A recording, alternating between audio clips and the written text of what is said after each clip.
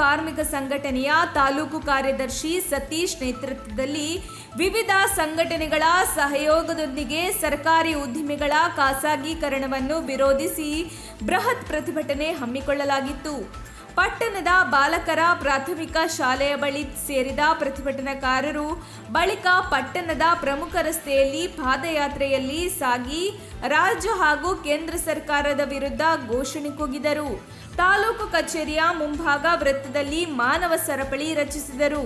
ಪ್ರತಿಭಟನೆಯನ್ನು ಉದ್ದೇಶಿಸಿ ಮಾತನಾಡಿದ ಸಿಐಟಿಯು ಸತೀಶ್, ಇದೇ ತಿಂಗಳ 28 ಮತ್ತು 29ರಂದು ಸಿಐಟಿಯು ಸಂಘಟನೆಯ ಕರೆಯ ಮೇರೆಗೆ ಸರ್ಕಾರಿ ಉದ್ದಿಮೆಗಳನ್ನು ಖಾಸಗೀಕರಣವನ್ನು ವಿರೋಧಿಸಿ ದೇಶವ್ಯಾಪಿ ಮುಷ್ಕರ ಹಮ್ಮಿಕೊಂಡಿದ್ದು, ಇದಕ್ಕೆ ಗ್ರಾಮ ಪಂಚಾಯತ್ ನೌಕರರ ಸಂಘಟನೆ, ಅಕ್ಷರ ದಾಸೋಹದ ಸಂಘಟನೆ, ಅಂಗನವಾಡಿ ನೌಕರರ ಸಂಘದ ಸಂಘಟನೆ, ಕಟ್ಟಡ ಕಾರ್ಮಿಕರ ಸಂಘಟನೆ, ರಾಜ್ಯ ರೈತ ಸಂಘಟನೆಗಳು, ವಿವಿಧ ಪ್ರಗತಿಪರ ಸಂಘಟನೆಗಳು ನಮಗೆ ಬೆಂಬಲಿಸಿವೆ ಎಂದರು.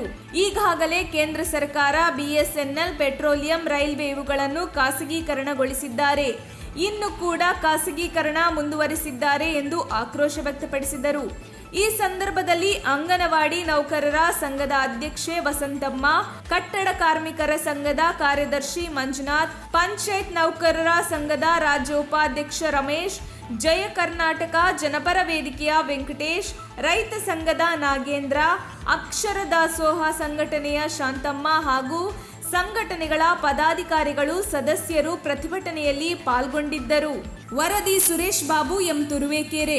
ವಿಮಾನ ಇಲ್ಲ, ಆಯ್ತು ವಿಮಾನನೇ ಮಾರಿದ್ಮೇಲೆ ನಿಲ್ದಾಣ ದಯಮಾಡ ಅಂದ್ಬಿಟ್ಟು ವಿಮಾನ ನಿಲ್ದಾಣನೂ ಮಾರಿದ್ದೀರಾ, ವಿಮಾನ ಮಾರಿದಿರಾ, ವಿಮಾನ ನಿಲ್ದಾಣ ಮಾರಿದಿರಾ, ರೈಲ್ವೆ ಸ್ಟೇಷನ್ ಮಾರಿದಿರಾ, ರೈಲ್ಗಳು ಮಾರಿದಿರಾ,